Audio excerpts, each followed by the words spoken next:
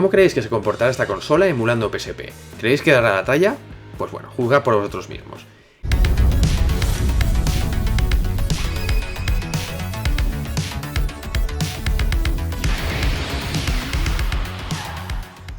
Muy buenas viejuners, bienvenidos a Make It Out. Hoy os traigo una consola portátil que es un concepto totalmente diferente al cual hemos visto en el canal.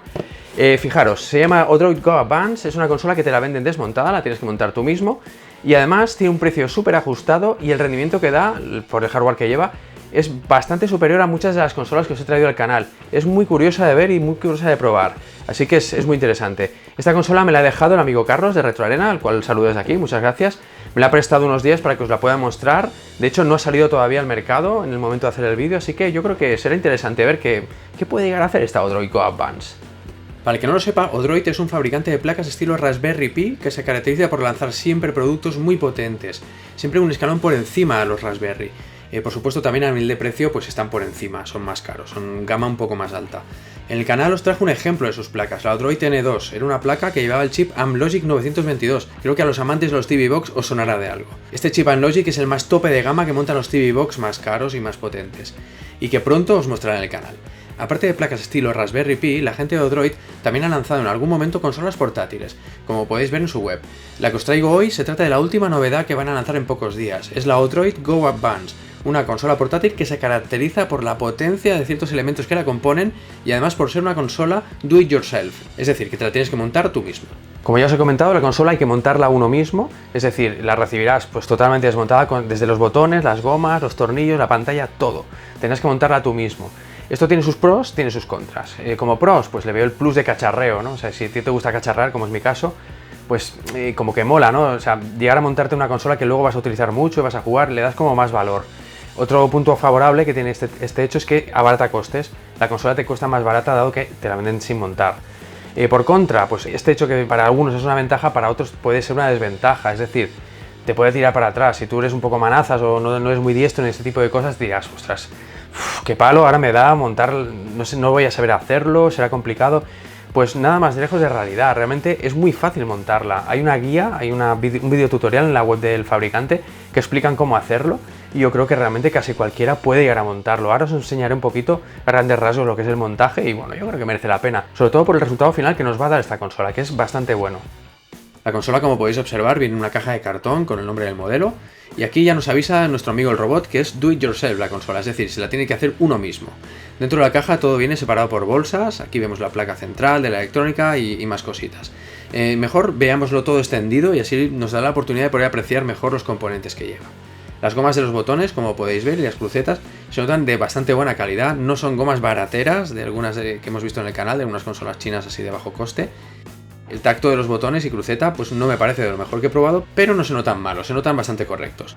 La carcasa es un plástico normalillo sin tirar cohetes, del estilo de consolas como la LDK Game o la RS97. El material que han usado para fabricarla es policarbonato, esto nos facilita que podamos personalizarla pintándola con pintura especial para este material. Aquí podemos ver la pantalla, el protector de la misma, que luego veremos en acción. Aquí también podemos ver el altavoz. Y aquí podemos ver el stick analógico, desmontado. Al menos no parece de perfil bajo, de esos que tampoco me gustan a mí. Veremos luego cómo se comporta jugando. Aquí podemos ver un cable de alimentación con este conector, que no es un micro USB o USB tipo C, es un conector estándar de toda la vida. Y por último vemos aquí la batería. Antes de montarla vamos a repasar un poco las características técnicas exactamente de esta consolita. Como SoC han montado un Rockchip RK3326, el cual lleva una CPU quad-core Cortex A35 a 1,3 GHz. Esto hace que rinda un poquito menos que un Raspberry Pi 3B Plus, pero según el fabricante puede llegar a funcionar a 1,5 GHz, por lo que podría superar por poco al Raspberry Pi 3B Plus. Como GPU lleva una Mali G31 MP2, soporta OpenGL 3.2 y Vulkan 1.0, cosa muy interesante. Esta GPU sí que podemos decir que supera al Raspberry 3B Plus, sobre todo el tema de Vulkan es súper interesante. Es una API gráfica que, como todos sabéis, usan algunos emuladores y hace verdaderas maravillas, por ejemplo con el emulador de PSP. Como memoria RAM han montado 1 GB de DDR3 a 786 MHz. La pantalla que han montado es una pantalla de 3,5 pulgadas TFT, no es IPS, pero es un TFT de buena calidad. Lleva una resolución de 320 x 480 y soporta 60 Hz. Por último, la batería es de 3000 mAh, lo cual nos da 10 horas de autonomía. Es una auténtica pasada. No hay muchas consolas que lleguen a tener 10 horas de autonomía como esta. El montaje no tiene muchos misterios. Si seguimos paso a paso lo que nos indican en su videotutorial, no tendremos ningún problema. Sobre todo inciden mucho en tener cuidado con la pantalla que lleva. Es la parte más frágil, así que habrá que ir con cuidado al montarla. Después de puesta la pantalla, pondremos las gomas de los botones, la cruceta, el altavoz, etcétera. Lo dicho, si nos guiamos por el tutorial del fabricante, llegaremos a buen puerto con nuestra misión. Una vez montada ya podemos ver un poco lo que lleva y analizarla como si fuera una consola de las que traigo al canal. Como podéis ver, tiene aquí la cruceta típica, luego tiene los botones A, B, X, Y, estos botones que son el Start, el Select y luego más botones que puedes configurar como uno quiera, ¿vale? Personalizarlos como queramos. Y luego lleva el stick analógico. Este stick analógico a mí personalmente me gusta bastante más que el de muchas de las consolas chinas que os he traído. Es decir, yo siempre me quejo de los sticks típicos que son de muy bajo perfil y que tienen un poco de recorrido, son incómodos para jugar. Este no. Este es de los que a mí me gustan, que tienen una palanca un poco más larga y son más cómodos de usar. Son de estilo RG350. Luego cuando lo pruebe con juegos veremos si realmente merece la pena, rinde bien o por el contrario pues no se comporta del todo correctamente.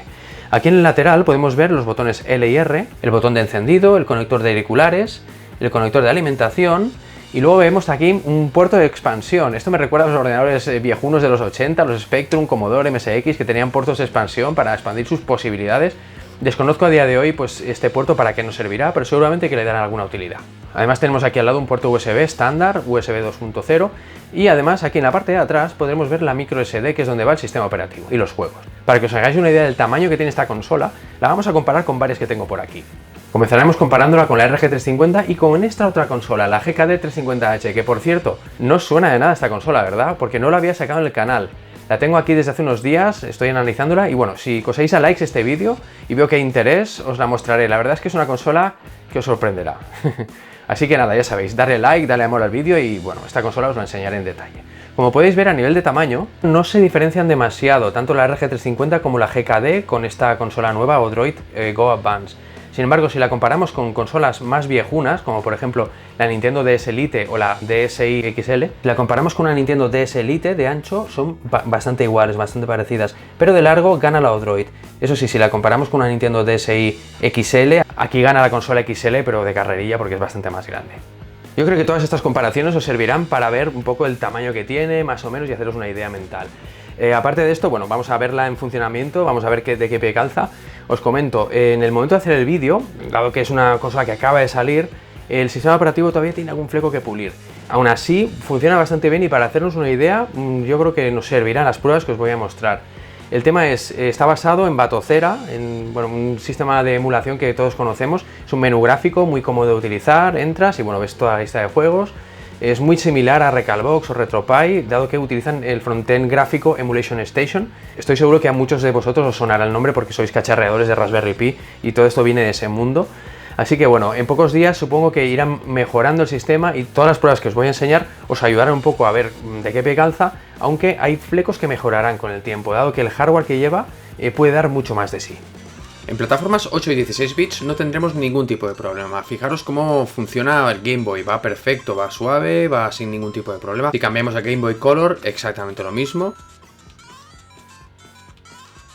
Lo de siempre, es el mismo emulador, por tanto es normal que vaya fino. La verdad es que el factor de forma de esta consola es muy cómodo para estar muchas horas delante de la consola. Es como la LDK Landscape que os mostré, pero más grande, por tanto es más cómoda. Y se hace mucho más confortable para jugar con manos viejunas como las mías. Con Nintendo NES tampoco vamos a tener ningún tipo de problema. Siempre pruebo este juego con esta pantalla porque me hace detectar rápido si hay algún defecto visual en la pantalla y tal. En este caso, como veis, pues yo no advierto nada, se ve bastante bien y se juega perfecto. Haciendo experimentos con el input lag, bueno, no detecto nada anormal que no se detecte en un sistema de emulación normal como los que suelo traer al canal. Cambiemos de plataforma, vamos a Super Nintendo. Pues bueno, también perfecto, los juegos normales sin chips especiales van muy bien. Si pasamos a juegos más complejos de emular, que se les atascan a algunas consolas chinas de la generación anterior, pues bueno, podemos observar que en esta Odroid van perfectos, no hay ningún tipo de problema. Si pasamos a la negrita de Sega, a la Mega Drive, también podremos ver que va perfecta la emulación, va suave a 60 FPS y perfectamente jugable. Si subimos el listón un poquito y nos vamos a Game Boy Advance, podemos ver que da la talla perfectamente esta consola. Es una emulación fluida, el audio perfecto, sin defectos, sin crepitaciones, sin cortes, va como la seda. Subamos un poquito más la apuesta, vamos a por PlayStation 1. Los juegos que suelen ser fáciles de emular de esta plataforma se mueven perfectamente, sin despeinarse, vamos.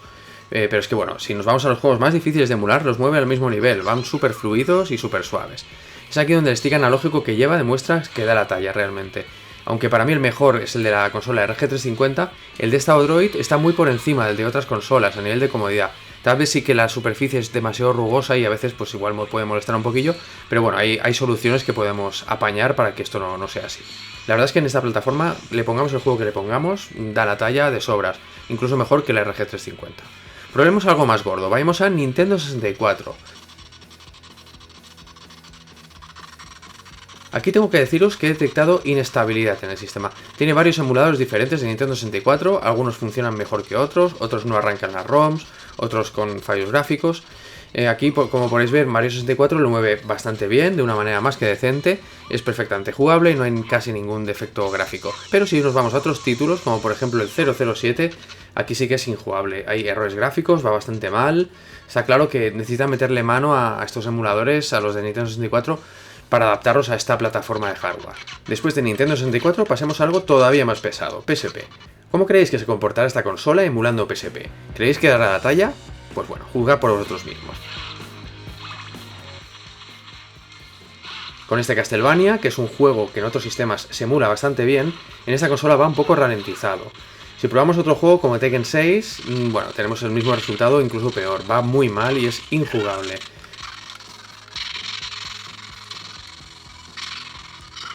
Pero yo tengo buena esperanza. Si accedemos al menú del emulador que está usando el sistema para emular PSP, como veis, podemos observar que está usando la API OpenGL y no está disponible la API Vulkan. Yo sé perfectamente, y vosotros también, que el emulador de PSP tiene disponibilidad de una API que va mejor en según qué sistemas. Quién sabe si alguna vez logren poder hacer funcionar esa API en esta máquina. Es posible que si lo consigan no sea con Batocera y sea, por ejemplo, con Android.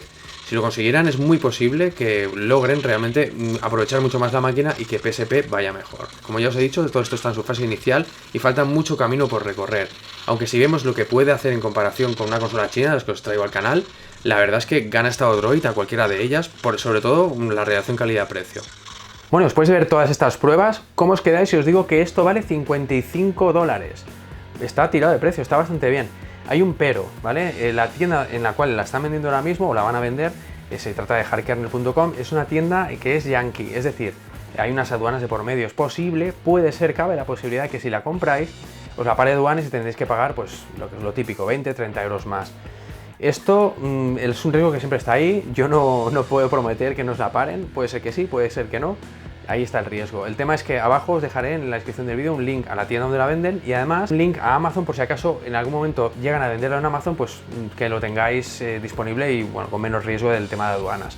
A ver, por 55 euros tenemos una consola que mueve plataformas mucho mejor que la RG350, por ejemplo. PlayStation 1 lo mueve full, a 60 frames, a 60 Hz, sin ningún tipo de problema. Tenemos también una consola que puede llegar a mover Nintendo 64, cosa que las otras consolas chinas que os he mostrado ni lo huelen. Luego puede llegar a mover algunos juegos de PSP, cosa que yo creo que en el futuro mejorará. Ya os he dicho que está un poco en versión beta, ¿no? El sistema operativo y los emuladores. Tienen que todavía tunearlos y optimizarlos para la GPU que lleva esta máquina. Esta máquina, como ya os he comentado, lleva una GPU un poco especial, porque soporta OpenGL 3.2 y además soporta la API Vulkan. ¿Qué quiere decir esto?